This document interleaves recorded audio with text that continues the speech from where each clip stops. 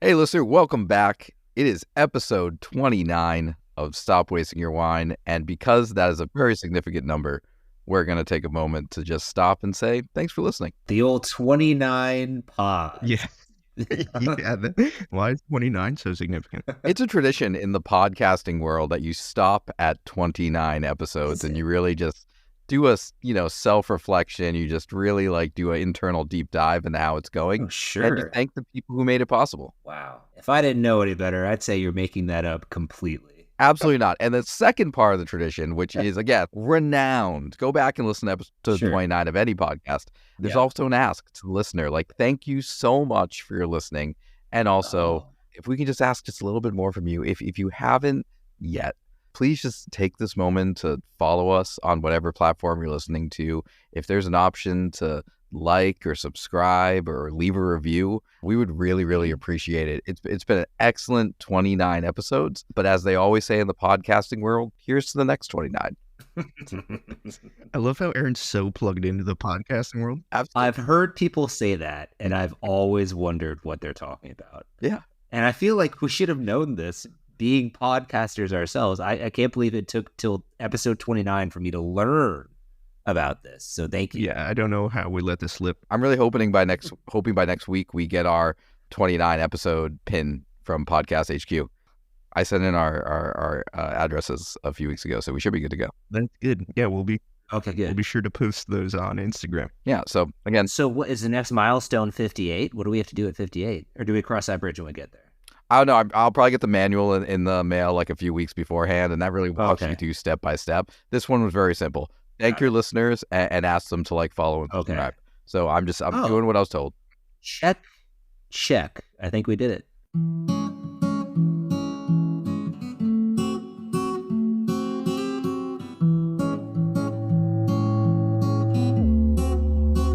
Welcome to Stop Wasting Your Wine, a wine review podcast where we waste our wine so you don't have to. On this episode, we review a red wine from Italy.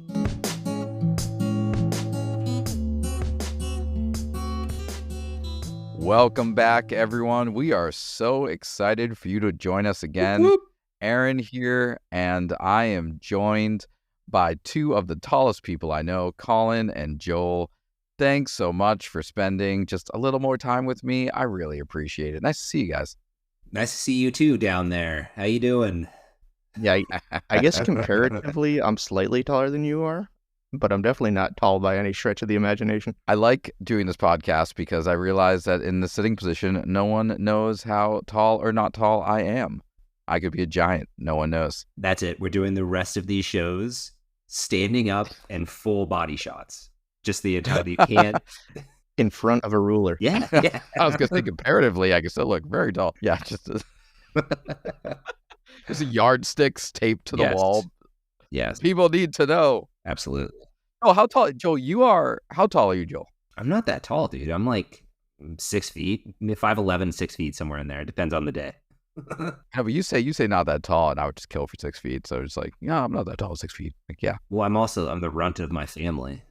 I'm the shortest. I have two older brothers, and they tower over me. My oldest brother is something God, I don't know. He's probably 6'4", 6'5", something like that. In the Kaleli family, I'm like a giant. My grandma would ask me to get things off the top shelf whenever I visit, and I was so stoked about that. Oh, this shelf? Not even a problem, Grandma.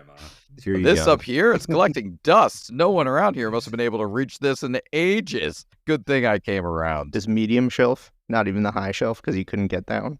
The medium shelf. Oh, I was nimble enough to stand on a chair. Also shocking to my old Italian family. How tall are you, Aaron? You're what? 5'6"? 5'7" on a good day.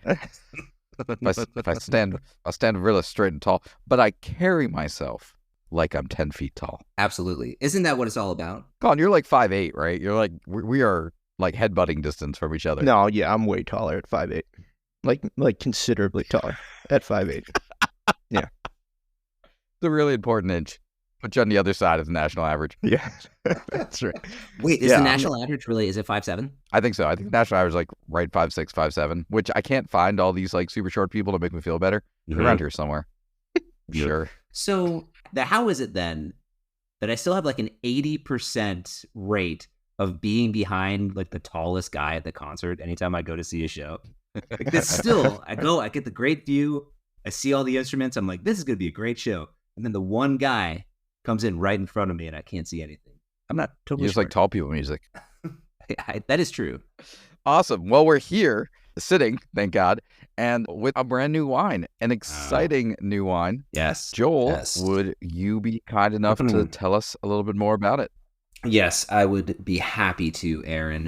Today we are drinking the St. Giorgio Chianti Classico Riserva. And this is a Sangiovese from Tuscany.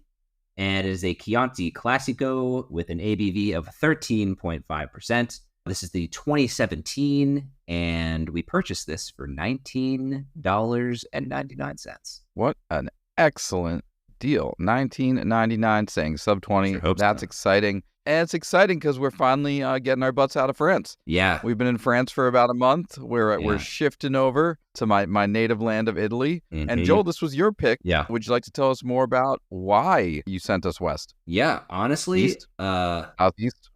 Southwest. Hold, please. My geography is broken. Southwest. We're going southwest. Southwest. Yeah. Is that what you said? Down. Southeast. Wait, never eat shredded wheat. You know, I still have to do never eat shredded wheat in my head to know east and west. I've never heard that. Southeast. I do soggy waffles. Never eat soggy waffles. Yeah, I like soggy waffles. Okay, I just know what a compass looks like. I just am having trouble with the map of Europe. These are two very I had different the map problems. In my head. I just had east and west backwards. Yeah. Sorry. Southeast towards Italia, of course. Why are we going there, Joel? Okay, well, really, number one, we're 27 episodes deep, and we have not had a Chianti yet. We've had a Super Tuscan, but not a proper Chianti Classico. So, and really, this is one of the, I would say, more common regions. Like everybody's heard of a Chianti, at least. And I'm proud of us for not doing this. And I think we should have a rule for the rest of the show. I see Aaron leading into his mic, getting ready to say the line. Go ahead, just do it. You were so ready, and I don't want to take that joy. I'm just going to make the noise. It's just the. Do it again because I don't think we heard it. Oh, you guys can't. It's not getting picked up. Oh God, shivers down my spine. But yeah, that's it. At least what we're referring to here. If you don't get the reference, which Colin does not. Please, what just happened? I'm so. Silence of the Lambs. Jesus. Do you remember the line, Aaron? Fine Chianti. I ate his liver. I ate his liver with a fine Chianti. No, yes. Well, you're pretty close. I ate his liver with some fava beans and a nice Chianti, and then he does your fava beans thing. And first of all, what's funny is he kind of mispronounces Chianti. He says Chianti, which I think is pretty awesome. But anyway, he's just being bougie. Yeah. So well-known region, and also honestly, like you said before, we had to get out of France. We've been in there for so long, for good reason. So much wonderful wine to explore. We'll be back there soon to continue, but we spent a little bit too much time over there. So let's go back to Italy. Got a couple of other cool areas coming up in future episodes here, but for today, we're going to go back to Italy and explore this Chianti. Yeah, and I'm glad you brought on some Chianti because it's one of Sangiovese, which is a grape, is one of my absolute favorite grapes. Although, now that I think about it, I say that for pretty much every grape, but it really... The man just likes his wine, people. It really is. You should do a podcast about it. Yeah, maybe I should. You're right. It's one of my favorite grapes, and I'm really looking forward to trying this one. You know what else, too? I wonder if we don't have another pizza wine on our hands right here. Yeah, Italian wine usually is really good with Italian food. It's such an integral part of their culture that they oftentimes make it with food in mind. So it was one of my favorite parts of visiting Italy. It's like the one country I've been to outside of Canada. That does not count. Cool way to drop in, by the way, that you've been to Italy. That was a nice way to that was our honeymoon trip. We did the Rome and Naples area and that whole Amalfi Coast and all that cool stuff. Positano is like the coolest little town I've ever been to in my entire life. The whole town's built into a cliff. But the bigger thing is wine cost in Europe, and especially Italy, is so different, right? That you're used to going to restaurants in the United States And if it's a good restaurant, like a glass of wine is going to set you back like $16-20 if you want a good glass of wine. Whereas like it's flipped in a place like Italy where it's like there's so much wine, like a glass of wine is like $5 with your dinner. And like it's just so part of like you sit down, you order a glass of wine, you order your food, like it's not optional. And it was very cool. They think about wine in a totally different way over there, really in most of Europe, but especially in France and even more so in Italy, where it's another food, really. They don't even think of it as a beverage to drink with dinner. It is just dinner. So, it's an absolutely integral part of their culture, and that's why they produce some great wine, because they care. With that being said, we know why Joel picked it. We have the details about the wine, and as much as I would love to get into this wine, I would love to just really start enjoying this thing. We should learn something first. I guess so. Wow. Okay. Thanks, guys. Be less excited about the learning segment. Jeez. I guess so, man. All right. We should learn something first. No, let's learn something. Let's just get right into the wine. This is the only thing you will learn.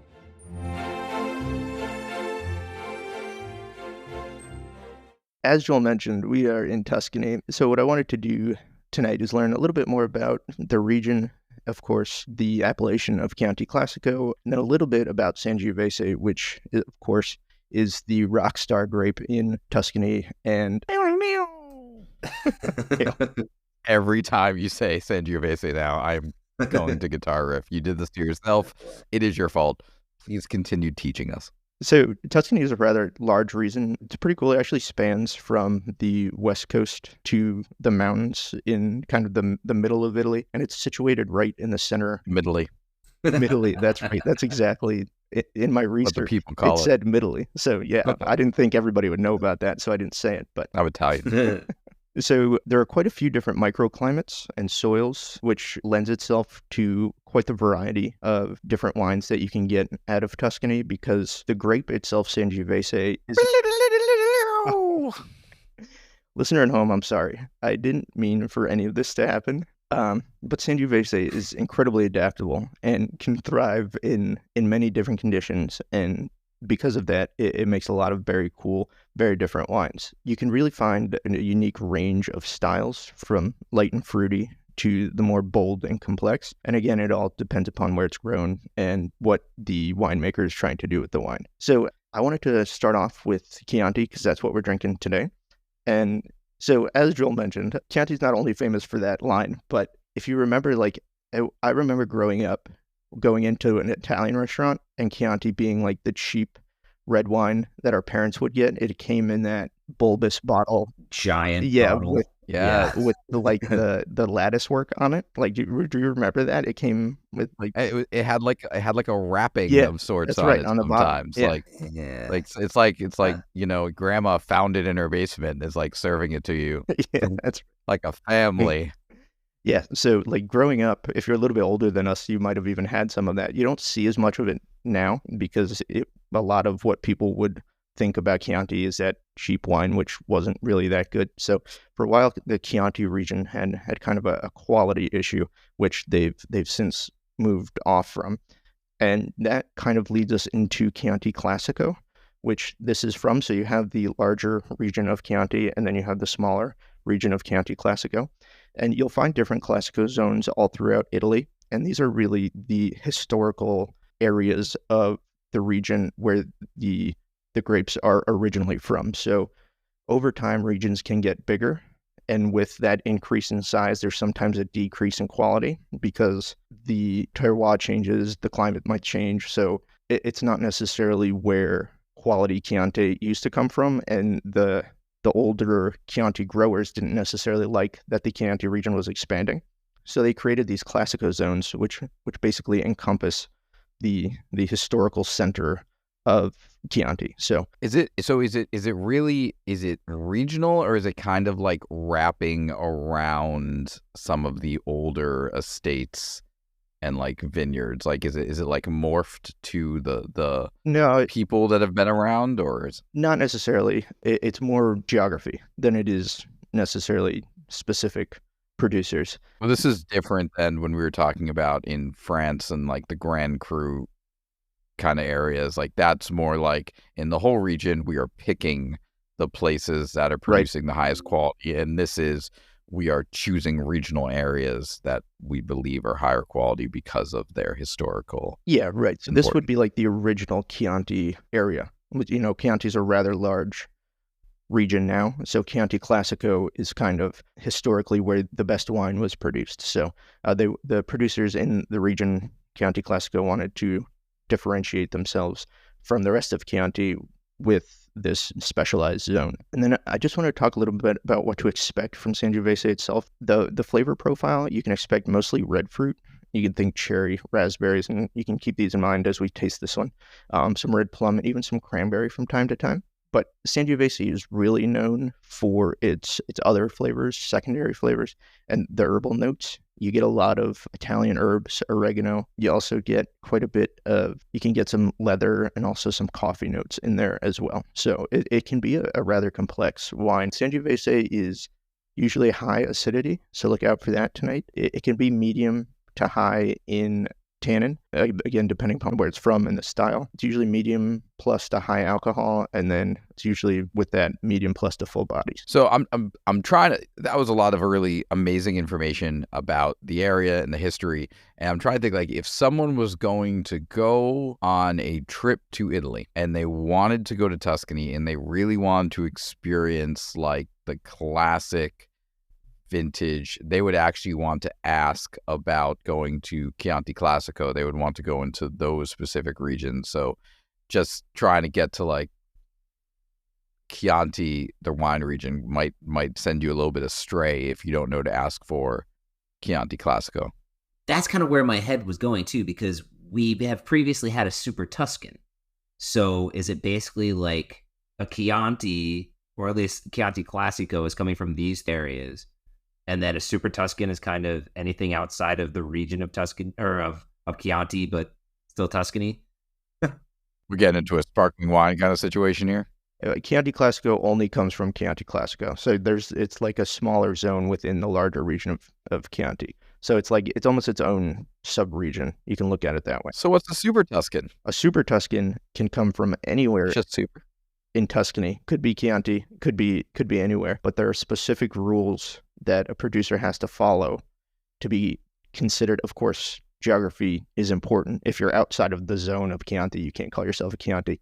But say you're in the zone of Chianti and you don't want to follow the rules and regulations of Chianti, you can't call your wine a Chianti. So if you want to put more other grapes, you know, like Merlot or Cabernet, instead of Sangiovese, you can't call that Chianti, because Chianti has to be mostly Sangiovese. So Super Tuscans just can be anywhere in Tuscany, but they don't follow the rules of the specific regions.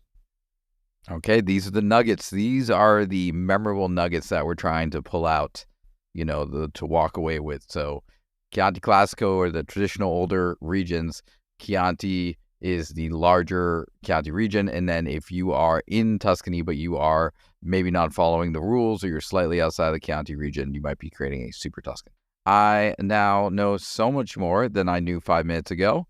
And I am that much more excited to dive into this Chianti. So gentlemen, let's not waste any more time. Let's stick our noses in here.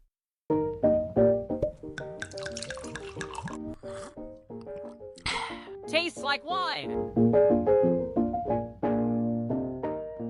All right, Joel, it is your wine. Would you like to do the honors of giving us your first take on the nose? That's a good swirl you got going there. It's a great swirl. Thanks, man. Woo! Dude, I've been working. Man, buddy, I gotta spend some time practicing. I got a clunky swirl compared to your swirl. Looking the part is half the battle. Half the battle. Man, you won the battle. Let's just move forward. What are you smelling? Right off the bat, I am smelling a lot of that leathery, and maybe even a little pepper, a little black pepperiness coming through there. Don't hate that. That's what hits me first.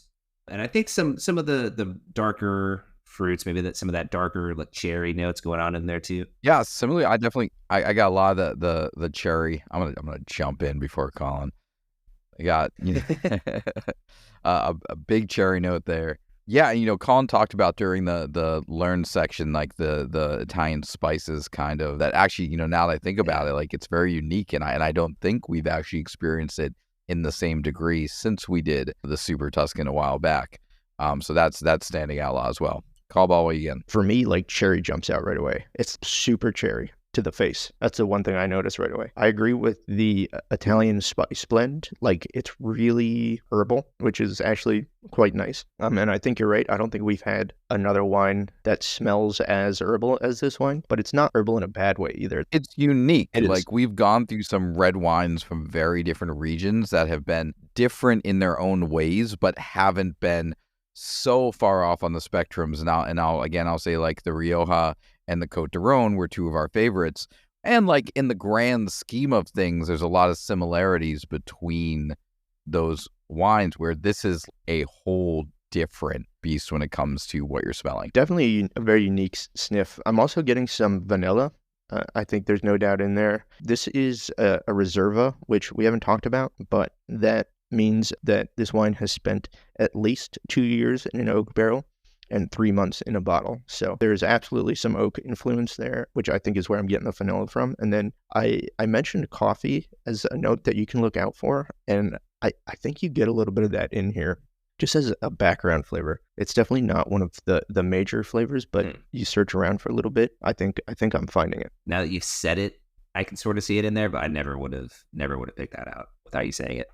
All right. What are you getting? Colin, I'm going to let you go first this time because you never get to go first. And so I'm going to let you go first. Thank you. And just be nice. I'm definitely getting that cherry. That's the only fruit note I'll say. I think since I said coffee, I think it actually comes through for me more on the palate even than it did on the sniff. So I really am enjoying that flavor. And then I definitely get some vanilla and some of that oak influence. So yeah, I'll let you guys fill in the rest. You have me perplexed by this coffee note you keep calling out because I want to find it in there and I'm having a hard time. I think a little bit I'm picking up on it after I've swallowed the wine. I don't think you're wrong about that. That's kind of where I see it too. It's almost like the aftertaste. I would totally agree, but I think I was just surprised how much I actually experienced it on the aftertaste because it was such a slight note when I was smelling it, but like the aftertaste it's quite prevalent. Yeah, no, I agree, and definitely I would say too, just backing up everything that we were talking about before. I was a little nervous too, Colin, when you said what this sees. Would you say a minimum of 2 years in oak? Mm-hmm. Okay, so I don't know why, but I get a little nervous when I hear that, just because I think we've talked about this before. Like I don't like when that's all you taste. You taste a wine and it's like people are leaning on that, oaky flavor and it looks so good on a bottle, whatever, but then it takes it away and you can't decipher anything else that's going on. So when I heard you say that, my head immediately was like, oh gosh, I hope that's not happening. And that is so not happening. This is still such a, like, you can get some of those influences are there, some of those spices and things that we've been talking about. But to me, it's still a lighter wine. It's still, something that's bright enough to where I'm picking up on all the stuff that's going on. But it has just those nice little hints of things that you can only get, I guess, from sitting in a barrel for a little bit. One flavor I was really struggling to pick up and no one said it yet and I'm excited about is there is this strawberry-esque flavor in here, but it's not like fresh strawberries. It's really, and this is why I can pick it up because I have a terrible diet. It reminds me of the Pop-Tart strawberry jam, artificial strawberry flavor. Go back in there. It's there. It's that back of the mouth flavor in there, and it's like essence of strawberry. It's a little hint of strawberry. You know what? I almost might say too. I see what you're saying. Let me throw this at you. Not so much artificial strawberry, but like the strawberry that you forgot about in the fridge, and then you remember you have them just as they're starting to turn, and you're like, wait a minute. It's not artificial. It's like jammy, right? It's like exactly. The jammy strawberry. It's the strawberry that's changing into something else. Exactly. But you catch it just before it gets gross. Yeah, it's not fresh strawberries, but it used to be strawberry. Yeah, jammy's a great word. I would agree with that. It's jammy. There's some jamminess in there. I agree. And then I think structure-wise, definitely high acid. You really, Mhm. and I would say high tannin too. You can really, the grippiness is pretty intense, especially on the gums. You can really feel it on the Mhm. Oh gums. yeah. I did like the tooth scratch a minute ago. I was just like, you got that extra skin on your teeth for a little bit. Yep, no, you Yes. can still feel it too. I haven't taken a sip in a while, and it's intensely tannic, but not out of balance. I would say I think it's very well Not balanced. distractingly so. Like it's high, but not in a way where I'm like, oh, this is too much. And then just one other tasting note: you do get a little bit of that Italian herbal mix on the palate as well, which is really nice. So Yeah. we've tried it out. We've all tasted it. I think we're all trending in a similar direction. But I'd love to hear what you're all thinking. Joel, since it's your wine, I'm going to save you Yeah. for last. Okay. Colin, why don't you kick us off? How are you feeling about this wine? Yeah, but did they like it? It's time for the review. I like it a lot. It's really good. There's quite a bit of complexity. You know, we were able to pick out quite a few different flavors. It's really well balanced. I don't know if there's anything bad to say about this wine. I really can't think of one thing I'd say negatively. I think about other wines that I have in my wine fridge. I go back to the Rioja, and this reminds me a lot of that. And I might even say I like this a little bit better than that. So I have no choice but to put this wine in my wine fridge. So Oh, dang. call it wine number God. 3, but it's really good. Like This is a rock star of a wine. This is a rock star I wine. said previously Sangiovese was one of my favorite grapes, and this is why. It's just so it's complex, it's interesting, it drinks really nice. You don't need food with this one. It's just a really enjoyable wine, and I think this is a really good expression of Sangiovese, and you should absolutely seek this one out and try it. Wow. Oh, man, this is exciting. So I'm going to remind the listener of 2 things right now. That's pretty cool. One, we have now had 2 wine fridge wines in the past 3 episodes. That's really excited. I put the Côte de Tout in my wine fridge, and now we have Colin putting our Chianti in his wine fridge. Very exciting. We'll make sure to post all of our wine fridge wines so that you know what wines have been leading our list of likes over the past few months. Also, Colin just did something big. Colin just put his 3rd wine Filled it up. in his wine fridge. That's right. Now, if y'all remember the rules to this game, there are only 3 slots. There are only 3 slots in each of our wine fridges, which means Colin now has, and Colin, I believe you have the Côte de Rhône, you have the Rioja, and you now have the Chianti in your wine fridge. I do. If we come across another wine Yep. at any point in the future Oh. that Colin wants to put in his wine fridge, he is going to have to remove one of those other wines The pressure is from on. his wine fridge. That's gonna be a tough choice. So That is going to be a tough choice. at a whole new level, the stakes here at Stop Wasting Your Wine are just through the roof, Wow. edge of our seats. Man, just stay tuned, people. Wild stuff. God, I just know you're all going to be like crossing out days in your calendars waiting for the next episode, just in case. That's the day. I almost can't handle this. I might I have know. to leave. I'm not even going to make it to the next segment. All right, so Colin, congratulations. 3 in. My God. All right, so myself, I agree. Very good wine. Really enjoyable. Very tasty. I'm going to say for me personally, this is a very solid kitchen table wine. Personal preference, not the style that I am going to like run to, going to go for, but excellent wine. Very tasty. A lot going on. Would very happily put this out. Would 100% pick this up for any kind of dinner or event with friends to like put on the table and celebrate with people. Solely not going in my wine fridge for personal preference. And that would be my 3rd wine, and I can't handle that stress. So I'm keeping that window open. So solid kitchen table wine for me. Joel. Fair. I'd like to point out most of the wines that are in wine fridges right now are Joel picks. Joel picks. Oh, that's not what I thought you were going to say, but shucks. Is that what true? do you think I was going to say? Yeah. I thought you were going to say reds. I think they're all reds at this point, right? They're all reds. All reds. Yeah. Let's see if we can shake that Riesling, the Dom de Canford. Yeah, it should probably be in there. Almost stated. I think we messed up. Can I call an audible? Can I call an audible? Nope. No, you Maybe can't. we can ask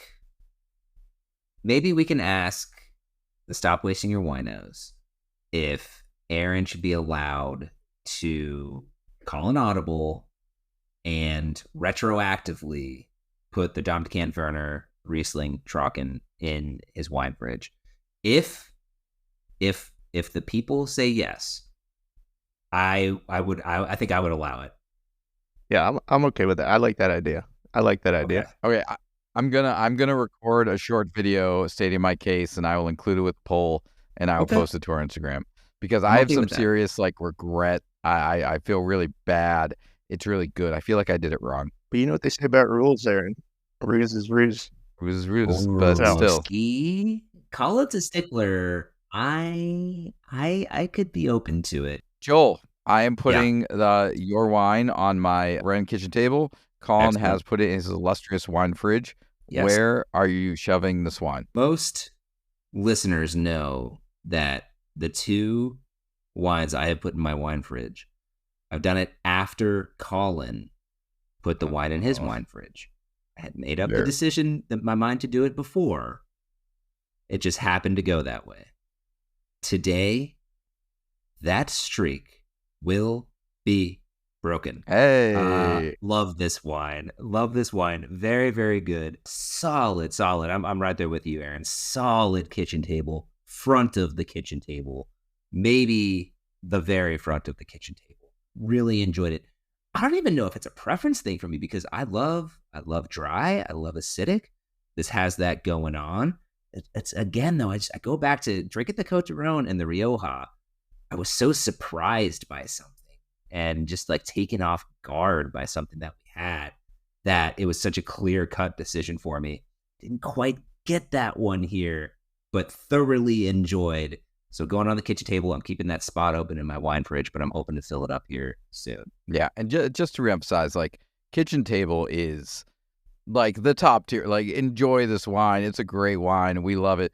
Our wine fridges are truly just our personal MVPs, VIP wines. Yeah. So here we are, folks. So we have two really solid endorsements, kitchen table wines, great to have out for your parties, and one resounding wine fridge wine endorsement from the man himself, Colin. As a reminder, this is St. Giorgio Chianti Classico Riserva, Sangiovese, Tuscany Chianti Classico, 13.5% alcohol, 2017 for $19.99. It's a great deal. You can grab this at most places. We found it at our Total Wine, but it is around. Any final thoughts on this wine, guys? I think this was just a solid episode. Joel, I think you are winning, Joel. Unfortunately for everyone else. I think so. Yeah, solid pick. Hey, as long as I keep bringing it, right? Well, you know what you won? Fun. What? You won the opportunity to tell our listeners about our social media and where they can interact with us. Congratulations, Joel. You know I love this. I know. You're so good. Thank you. Okay, y'all. Here's how you do this. First of all, stopwastingyourwine.com. Come check out these wine fridges. Colin has one that's full. Aaron and I have a spot. We got all the information on this wine and all of our wines out there. Come pick out your wine for this evening. If not there, Facebook really taking off. Just go in there, search Stop Wasting Your Wine. A lot of people having fun in there. If that's not your style, join us on Instagram at Stop Wasting Your Wine. Again, Aaron doing a great job. Probably have most of our communication with the Stop Wasting Your Wino community out there. So they should be so active out on that. And then come check us out too on YouTube. You can catch us there. Leave some comments. Let us know what you think. Did I do it? Anything I missed? Joel. These things are always changing. I have to keep up with them. And I know it's hard. You guys are rocking. They almost never out change. There. They've been the same for the last okay.